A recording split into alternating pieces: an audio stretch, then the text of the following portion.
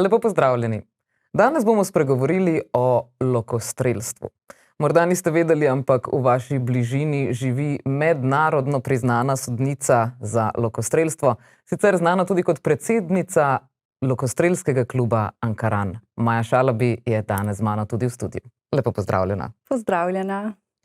Zdaj, če prav razumem, lokostrelski klub Ankaran lokacijsko ni zares v občini Ankaran. Tako, drži. Lokostrelski klub Ankaran, kljub imenu, spada pod občino Koper. Včasih smo v bistvu imeli svoje prostore v Ankaranu, ko je še obstajalo strelsko društvo. Nato smo se pa ločili, postali lokostrelski klub Ankaran, in ko sta se občini Ankaran in Koper ločili eno od druge, se je bilo pač potrebno odločiti, ali bomo na eni ali na drugi strani.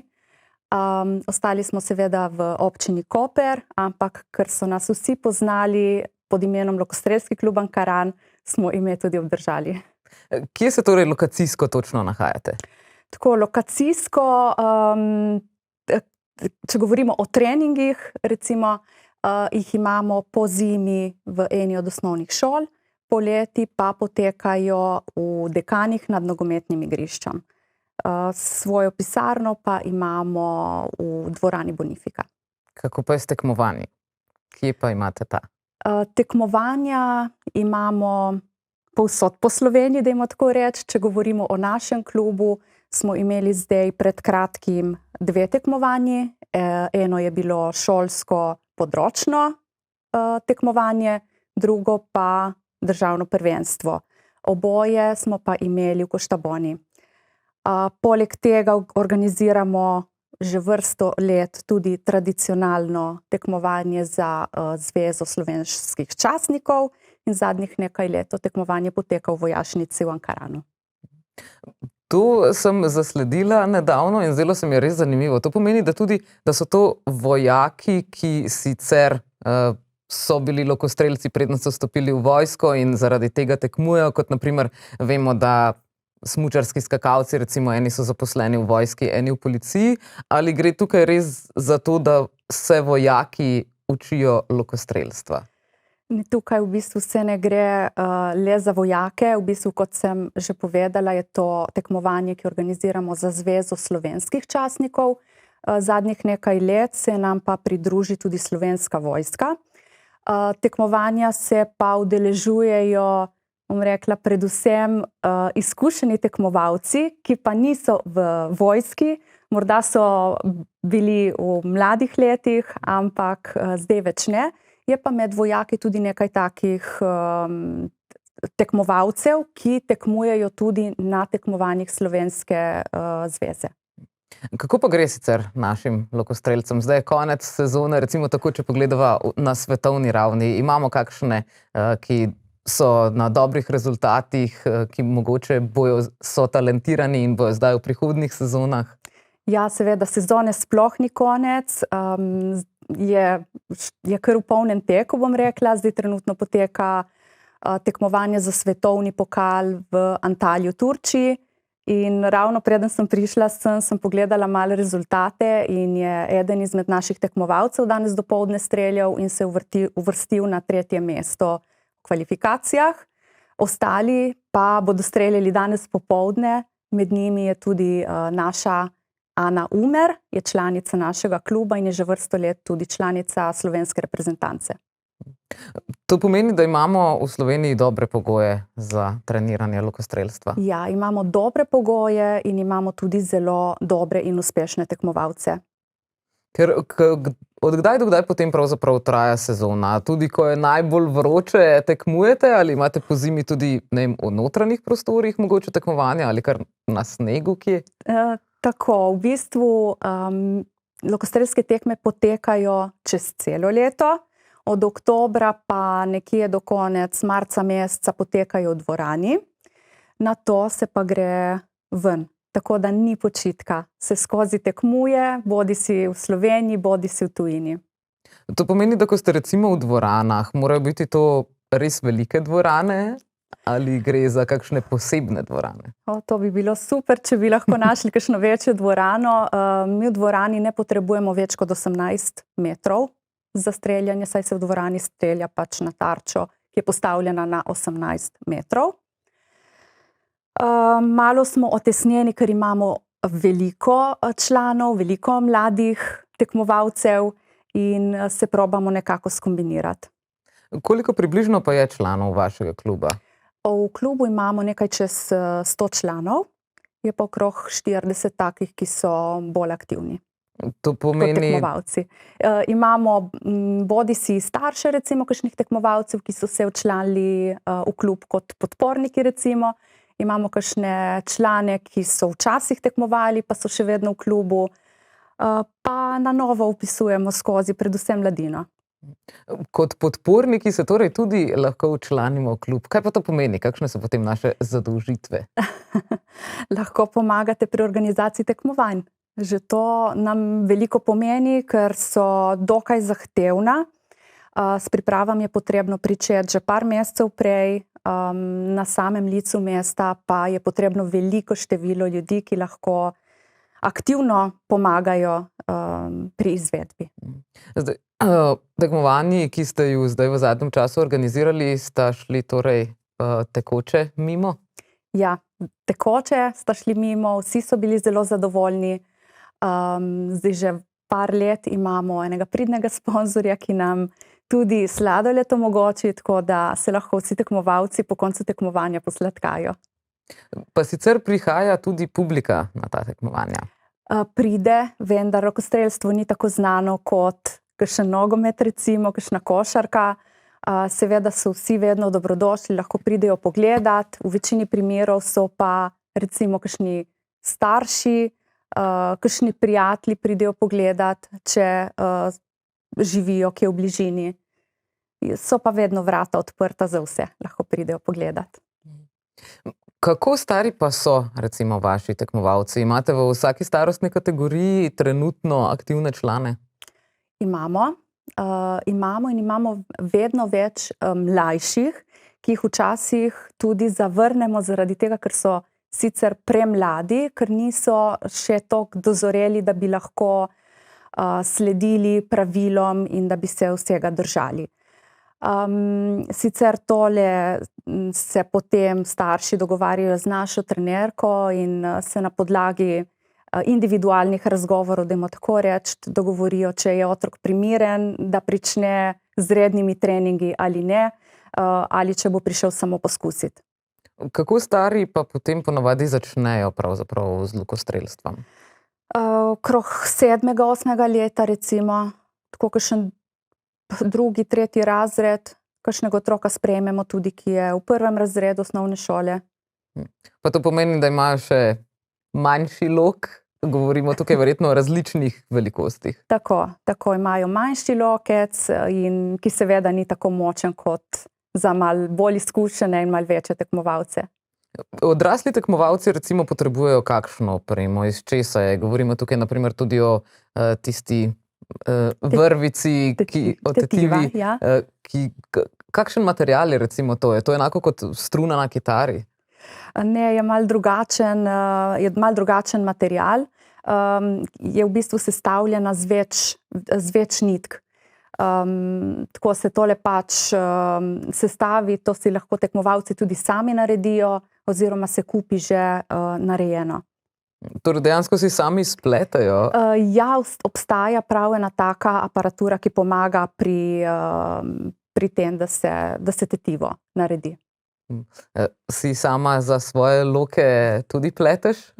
Ne, jaz že dolgo let ne streljam več, tako da vsakič, ko je bilo potrebno tetivo menjati, sem dala komu bolj izkušenemu.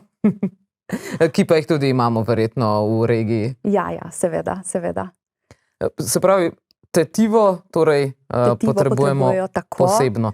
Kako potem je velik lok? Imamo različne loke za različna tekmovanja? V bistvu so različni loki, razlikujejo se od tekmovanja do tekmovanja, zaradi tega, ker na nekaterih tekmovanjih se ne da streljati z vsemi vrstami loka. Dolžina recimo krakov kraki so... Se pravi, od sredine na vsako stran? Tako, je tale ročaj na sredini, pa sta kraka, eden zgoraj, eden spodaj. Zdaj je odvisno tudi od višine samega tekmovalca, na podlagi tega se potem tudi določi, kako dolgi morajo biti kraki. Tako da imamo več vrst lokov, kot sem povedala, imamo ukrivljeni lok, sestavljeni lok, tradicionalni lok, dolgi lok. Tradicionalni je torej res iz lesa? Tradicionalni je z lesa, ne, se opravičujem, instinktivni. Zdaj sem se že malo pomešala. Ja, je v bistvu z lesa, ja. Kako pa se ostali potem razlikujejo med sabo? Že malo nakazujejo imena sama, ampak sicer se pravi, ukrivljeni je bolj ukrivljen? Ukrivljeni lok je v bistvu lok, ki se je včasih imenoval olimpijski lok in je tudi edini lok, s katerim se lahko strelja na olimpijskih igrah. To je lok, ki ima v bistvu merilno napravo. Obstaja potem tudi goli lok, je ravno tako sestavljen kot, oziroma vsebuje take dele kot ukrivljeni lok, ampak nima merilne naprave. To se potem meri s pomočjo puščice oziroma konice na puščici. Sestavljeni lok je pa ta lok, ki ima koleščka, pa tetivo in kable. Tale je že malo bolj napreden, ker ima tudi vaservago, povečevalno steklo, sprožilec. Pa je razlika recimo v tem, kako oddaljeni smo lahko od tarče, ali je razlika tudi v sami tehniki napenjanja oziroma pristopa k loku? Je precej odvisno od moči loka, dajmo reči, ne. Zdaj, kar se razdalj tiče, zunaj se strelja na 70 metrov z ukrivljenim lokom, največ. V dvorani streljajo vsi na 18 metrov. Potem so razna tekmovanja, ki potekajo po gozdu, tam so razdalje do 60 metrov, tako da je precej odvisno od moči loka, ker ko enkrat ustreliš, puščica naredi tako parabolo od loka, ko prileti do tarče. Tako da puščica ne prileti naravnost, ko se jo sproži. A vas potem kdaj zafrkavajo v tujini, mogoče češ, Slovenija, saj tam pa ne moreš imeti tekem, ker enkrat ustreliš, pa gre v drugo državo? Ne, tega pa še nismo slišali. Se šalim, ampak smučarskim skakalcem v Planici recimo to rečejo, da pristanejo ponavadi v Italiji. Kakorkoli, omenila si torej streljanje v gozdu. Tako je. Gre tukaj tudi za vrsto tekmovanja? Tako je. Imamo v bistvu dve vrsti tekmovanj, ki lahko potekajo po gozdu. Eno tekmovanje se imenuje field tekmovanje. Tukaj so tarče postavljene na različne razdalje. Strelja se na 12 plus 12 tarč, torej 12 tarč, ki nimajo označene razdalje, torej jo morajo tekmovalci sami oceniti, in 12 tarč, ki imajo v bistvu označeno razdaljo. Tele z označeno razdaljo so ponavadi tudi malo dlje postavljene kot, oziroma količki za tisto tarčo so malo dlje postavljeni kot za neznane razdalje. Je pa potem drugo tekmovanje, ki tudi lahko poteka po gozdu oziroma travnikih, ki se imenuje 3D tekmovanje, in tukaj se pa strelja na živalske silhuete. Tukaj moramo zadeti žival v srce, ali je važno, kam zadanemo tarčo? Je označen predel, kamor je potrebno zadeti. Ko govoriš o količkih, to pomeni, količki označujejo, od kje streljamo? Tako. Za količkom se mora postaviti tekmovalec in od tam strelja proti tarči po 3 puščice. Kaj pa po zimi? Po zimi smo imeli tudi menda neka tekmovanja zunaj nekoč. Tako, še vedno potekajo taka tekmovanja, sicer niso na nacionalni ravni, so bolj klubska tekmovanja in potekajo tudi po snegu. Tako da je precej takih tekmovalcev, sicer z našega kluba mislim, da jih ni takih, ki bi se teh tekmovanj udeleževali, jih je pa precej iz drugih klubov po Sloveniji. Ko se pravi, imamo pri nas ogromno enih tekmovanj. Koliko bi upala oceniti, koliko ljudi se na ravni Slovenije ukvarja s tem športom? Kar precej. Kar precej, če jih imamo samo mi v klubu, kot sem prej omenila, 100, sicer okrog 40 aktivnih. Klubov v Sloveniji je okrog 30, mislim, da tako da nanese kar. Ne morem povedati točnega števila, ampak je kar in mislim, da lokostrelstvo precej raste v Sloveniji. Kako veliko področje pa pravzaprav recimo vaš klub podpira? Kje so te prvi, drugi klubi zraven, da si lahko predstavljamo približno? Ja, mi smo v bistvu edini klub na obali in obalno-kraški regiji. No. Tako. Naslednji prvi klub je v Ajdovščini, potem je pa Postojna. Je sicer tudi Gorica, tako, ampak je še vedno malo bolj oddaljeno. Že malo naprej, ja. Ja. Kako dolgo pa obstaja recimo lokostrelski klub Ankaran? Očitno dlje kot občina Ankaran. Tako je, par let nazaj smo praznovali 40. obletnico, tako da je res že kar dolgo poznan tukaj na obali. Ker veliko ljudi tudi prihaja, zato ker so za klub slišali preko kakšnih drugih prijateljev, ki so bili pred leti v klubu, pa bi radi želeli probati. Tako da smo že kar dolgo prisotni. Kako si pa ti sama recimo prišla v klub? Ja, to je pa dolga zgodba.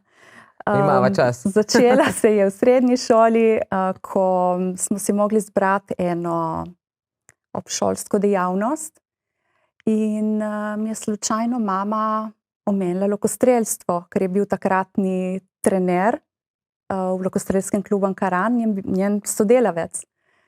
Tako da sem rekla, zakaj pa ne. Takrat se je pisalo leto 1997, tako da je že kar dolgo nazaj.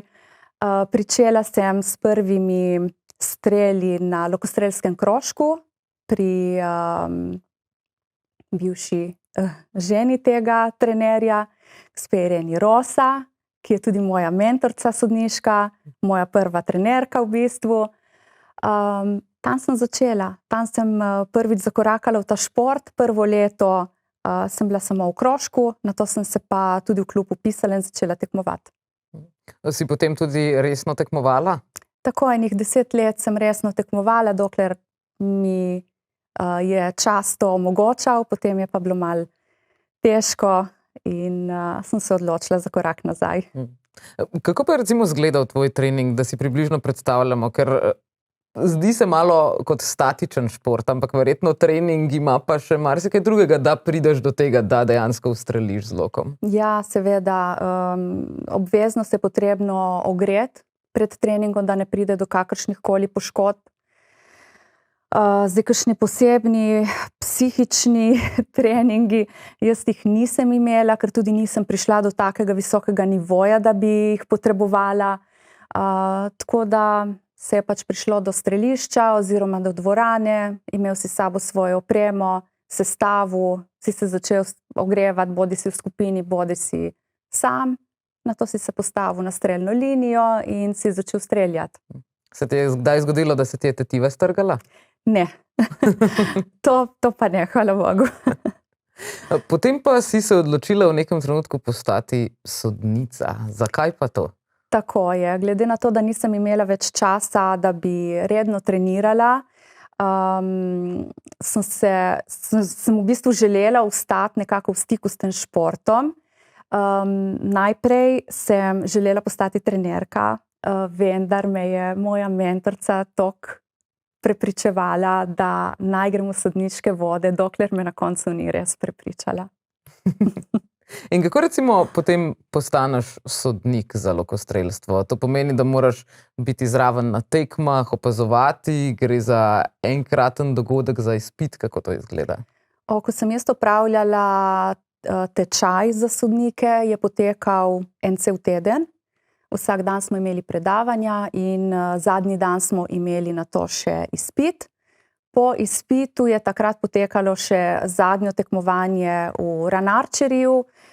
Tole tekmovanje, kjer tekmovalci tečejo, nosijo sabo lok in pač morajo ustreliti na tarče in na to preteči ponovno določeno število kilometrov.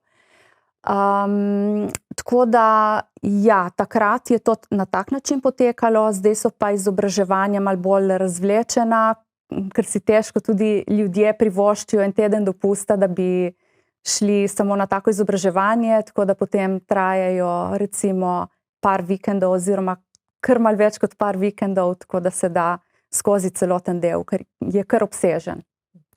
Pa to pomeni, da se tekom tega izobraževanja torej izučiš za vse te vrste lokostrelstva, ki smo jih prej omenili, ker verjetno vsak ima svoj cilj, vsak se drugače ocenjuje. Tako je, tako. Je zelo zaželeno, da se ima že neko predznanje lokostrelskih pravil, tako da je potem tudi lažje slediti samim predavanjem in da se tudi lažje razume, ne. Recimo, kaj se pri tem lokostrelstvu s tekom ocenjuje, pa kaj se pri tej, da ne rečem, bolj klasični varianti streljanja na tarčo iz stabilne pozicije ocenjuje? Zdaj na žalost takih tekem, kjer se teče, nimamo več, ranarčerjev ni več. Tista tekma je bila še zadnja, ko sem jaz postala sodnica, tako da takrat je bilo prvič in edinič, ko sem videla, na kakšen način poteka. Drugače pa so seveda tekmovalci imeli zastreliti v tarčo, kolikor so zgrešili, je bil nek kazenski krog, ki so ga mogli na to preteči. Tako da to je v bistvu bistvena razlika med tarčnim lokostrelstvom, ko streljaš v dvorani oziroma zunaj, ali pa na tekmah, ki sem jih prej omenila, field tekmovanja oziroma 3D.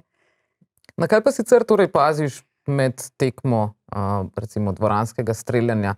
Kaj moraš kot sodnica paziti? Ker verjetno ali danes že računalnik oceni, kdo je bližje tarči ali kdo pravzaprav oceni? No, v bistvu večina ljudi, ki ne pozna lokostrelstva, misli, da sodniki smo na tekmovanju samo zaradi zadetkov. Ampak ne. Naše delo se začne že pred pričetkom tekmovanja, ko pregledamo najprej prizorišče, če je vse v skladu s pravili, nato pregledamo opremo tekmovalcev, oblačila tekmovalcev. Med samim tekmovanjem pa preverjamo, da tekmovalci nimajo kakšnega nevarnega načina streljanja. Sploh v dvorani je na primer precej nevarno, če tekmovalec dvigne roko zelo visoko in se mu na primer puščica sproži po pomoti. Ker je na drugi strani stena, od tam se lahko odbije in lahko pripelje tudi do kakšne nesreče. Druga stvar, ki jo še pazimo bodisi v dvorani, bodisi na zunanjih tekmovanjih, je, da tekmovalci ustrelijo svoje puščice v času. Imajo določen čas na razpolago za ustreliti določeno število puščic, tako da oni morajo znotraj tega časa ustreliti puščice. Ukolikor tega ne naredijo, ko se začne čas iztekati in manjka 10 sekund do konca, smo še toliko bolj pazljivi in previdni, kdo je še vedno na strelni liniji. Ker ko tekmovalec ustreli, se iz strelne linije umakne. Kdor je še na strelni liniji, takrat pa moramo biti zelo pozorni, če ima za ustreliti še kakšno puščico v tistem času, ki mu je še ostal. Koliko ustreli po času, dvignemo rdeči karton in takrat odvzamemo najvišji zadetek. Se pravi, udarite najbolj tam, kjer najbolj boli. Tako. Kdo pa potem res preverja, kdo je bil bližje centru? To preverjamo tudi mi. Sicer se tekmovalci sami med seboj dogovorijo, so po 4 tekmovalci na tarči oziroma 3, tam, kjer jih pač ni dovolj, ne, sestavijo tako skupine. In če se tekmovalci med seboj ne morejo dogovoriti, če je zadetek nižji ali višji, se pokliče sodnika. Takrat mi pogledamo z povečevalnim steklom in podamo oceno. To pomeni, da več skupin hkrati strelja in vsi začnejo na isti čas? Tako, vsi streljajo istočasno, grejo k tarčam, kjer se popišejo zadetki v zbirnike. Mi pa stojimo približno 5 do 10 metrov za njimi in opazujemo, ukolikor nas kdo pokliče. Ko zaključi s popisovanjem, pregledamo vse tarče, ukolikor je v redu, če se je kje karkoli odpelo, da ne bi imeli potem kasneje kakšnih težav. Se zgodi kdaj, da se kaj odpne? Se zgodi, predvsem zunaj, ko je vetrovno, ko niso tarče dobro zapete, tako da se potem recimo streljanje na tisti tarči ustavi, se na tarči popravi, kar je potrebno popraviti in se nadaljuje s tekmovanjem.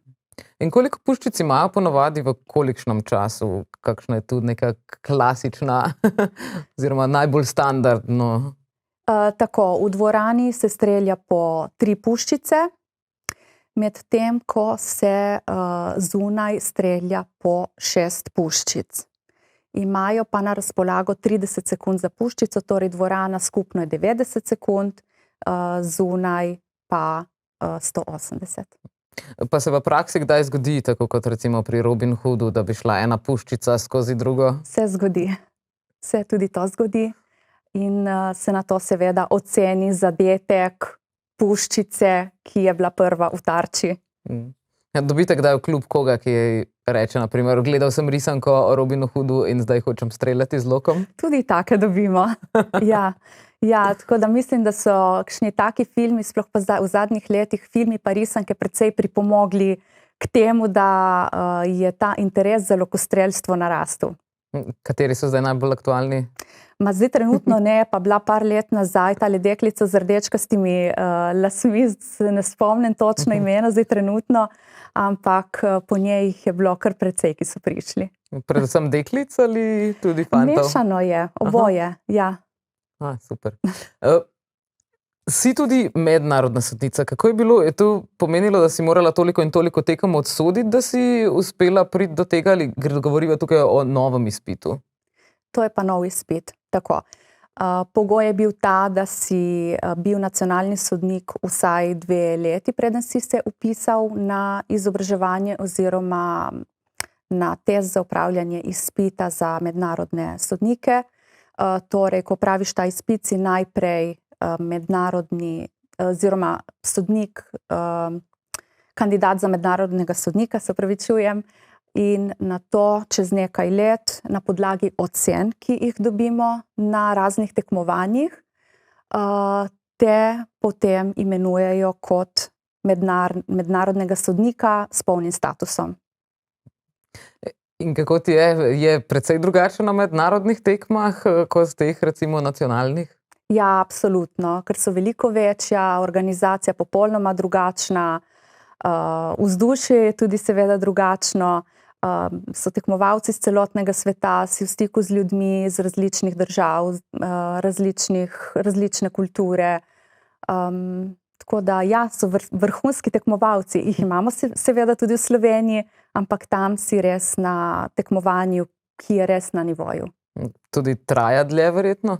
Absolutno. Trajajo po en cel teden tekmovanja za svetovni pokal oziroma svetovna prvenstva. Si pa bila tudi na paralimpijskih igrah. Vsi pravijo, da so precej dobre zabave v olimpijski vasi. Si tudi sama doživela kakšno? Na paralimpijskih igrah sem bila lansko leto, kar mi je bilo res v veliko čast in sem bila zelo, zelo navdušena in počaščena, da so me izbrali v ekipo sodnikov. Imeli smo to srečo, da smo tudi sodniki bivali v olimpijski vasi. Kar se zabav tiče, ne vem povedati, zaradi tega, ker smo bili, kljub temu, da smo se nahajali v isti vasi, smo bili ločeni od tekmovalcev, tako da tudi nismo imeli dostopa do določenih sekcij, do določenih področij v sami vasi. Tukaj pazijo, da ne prihaja do podkupnin? Tudi možno, ampak najbrž ni tole razlog. Sicer pa se paralimpijsko lokostrelstvo kaj razlikuje od, da ne rečem, običajnega lokostrelstva? Gre za neke prilagoditve, kako recimo to vpliva na samo izvedbo tekmovanja? Tako paralimpijske igre oziroma vsa para tekmovanja se seveda razlikujejo na nek način od vseh ostalih, zaradi tega, ker so tekmovalci invalidi, ki tekmujejo, tako da je treba marsikaj prilagoditi njihovim potrebam, ampak format je enostavno tak, kot je na vseh ostalih tekmovanjih. Tako da recimo edina razlika med olimpijskimi in paralimpijskimi igrami je ta, da pri paralimpijskih je več tekmovalcev, ki tekmuje v več različnih kategorijah. Na olimpijskih igrah so pa le moški in ženske, ki streljajo z ukrivljenim lokom. Tako, format je pa popolnoma enak, kar se samega tekmovanja tiče, število puščic, časa in tako naprej. Aha, ni nič daljši čas zaradi tega? Ne. So pa kategorije drugačne, verjetno, ali kaj? Tako, zaradi tega, ker paralimpijci so razvrščeni na podlagi njihovih poškodb, zato obstajajo potem tudi te različne kategorije in lahko streljajo z bodisi sestavljenim lokom, bodisi z ukrivljenim lokom. Imamo tudi tukaj kakšne dobre športnike pri nas? Imamo Dejan Fabčič in Živa Lavrinc sta lansko leto na paralimpijskih igrah prejela v mešanih ekipah bronasto medaljo. Se pravi, tudi mešano se da tekmovati? Tako. Včasih se je tekmovalo v dvojicah, ampak oziroma se opravičujemo v ekipah, ampak ker ni bilo dovolj tekmovalcev, so potem tudi to uvedli. Tako da tudi dvojice, dva tekmovalca istega spola lahko tekmujeta.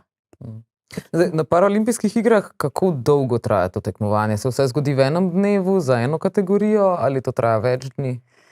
Na paralimpijskih smo v bistvu bili 10 dni, če se ne motim, tako da prvi dan poteka neuradni, oziroma prvih par dni je neuradni trening, nato je uradni trening, naslednji dan se pa začnejo kvalifikacije.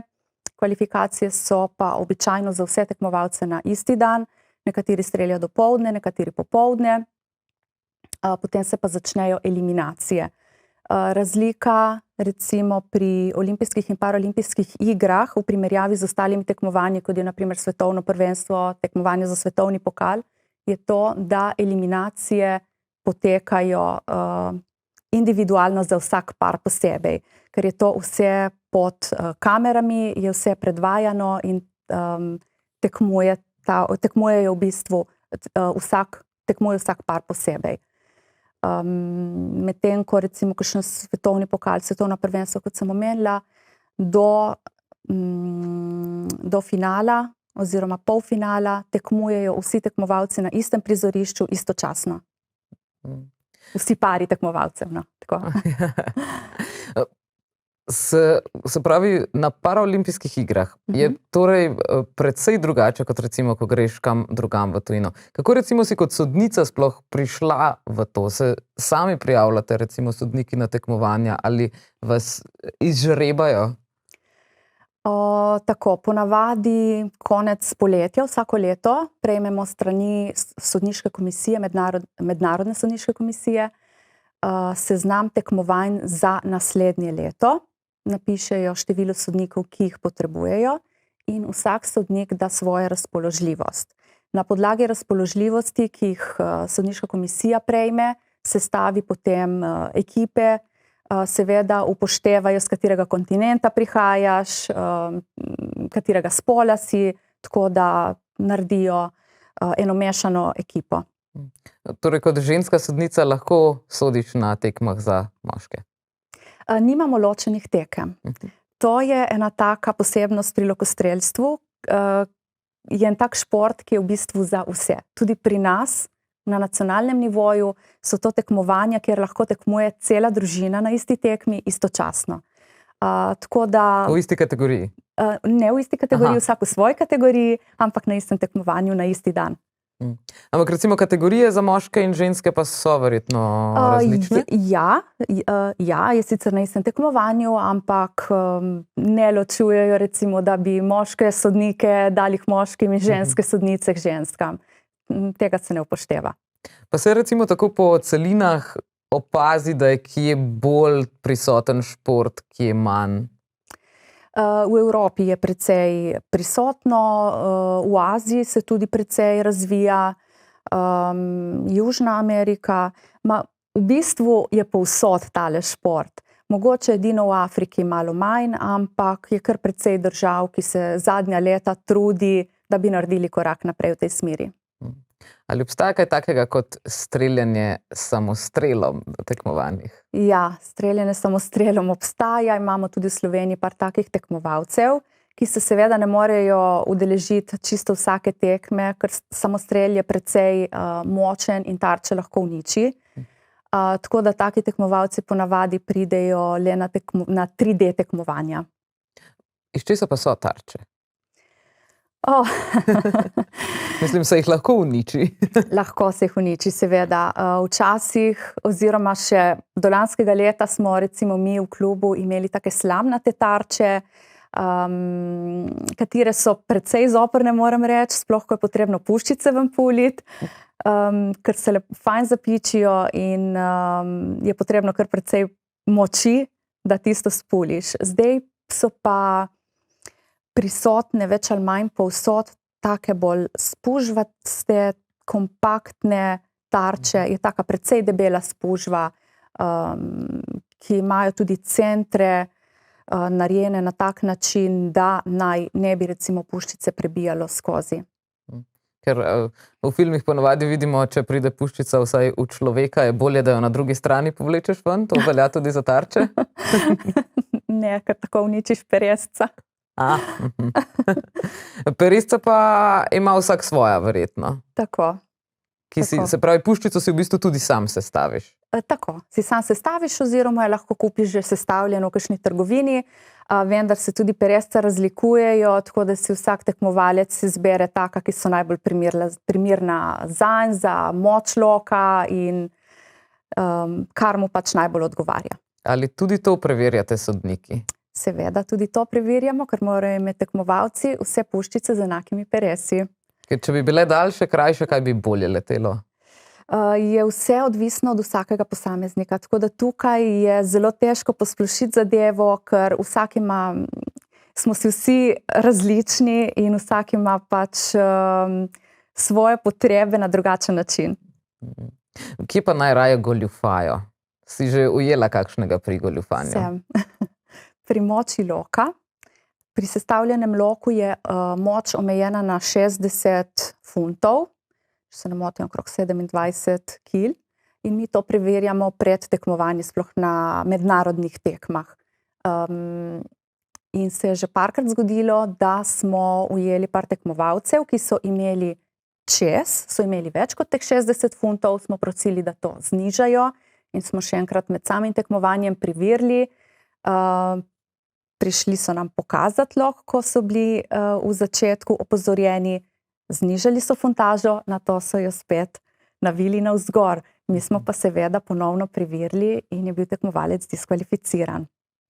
Kako pa znižaš funtažo loka? Mislim, kaj odstraniš nekaj ali kako znižaš težo? Tole malo s ključki. Je treba malo naviti s ključki oziroma odviti.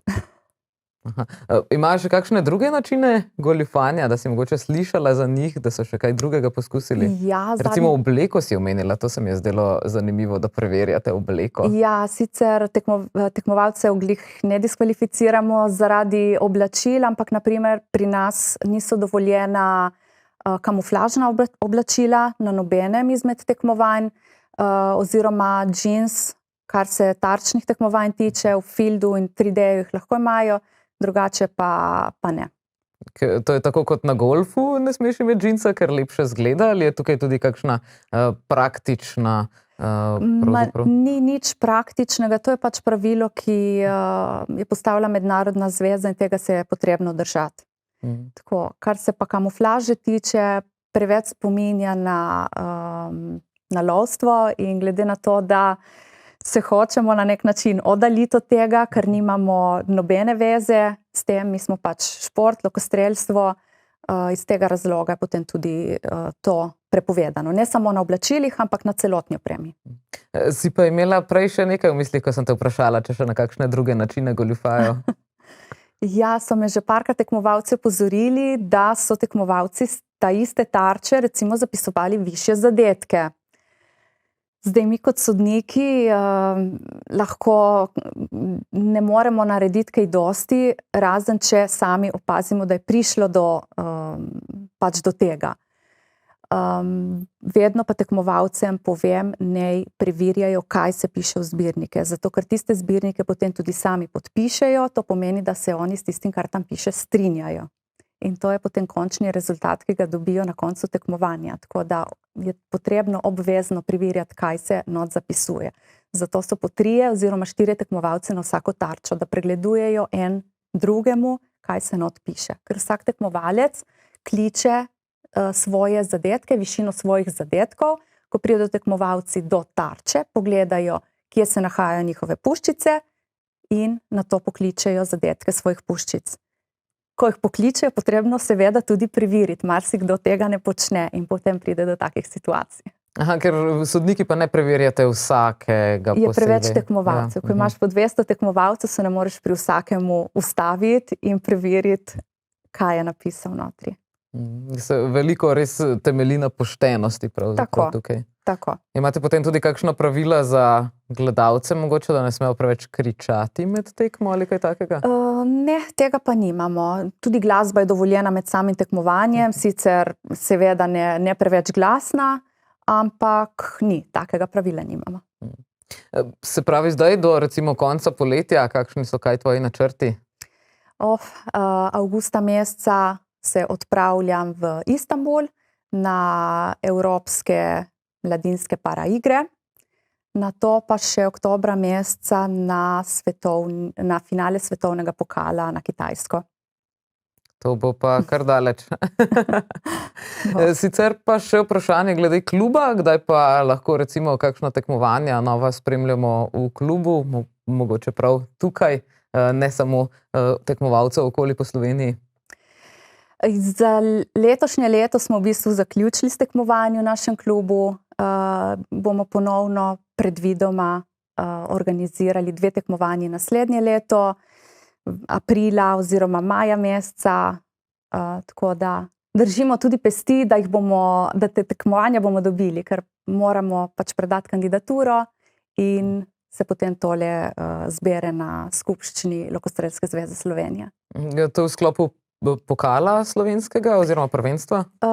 Ne, tole ne. Sicer tekmovanje za 900 krogov državno prvenstvo že vrsto let organiziramo mi, tako da upamo, da bomo ponovno dobili tudi naslednje leto.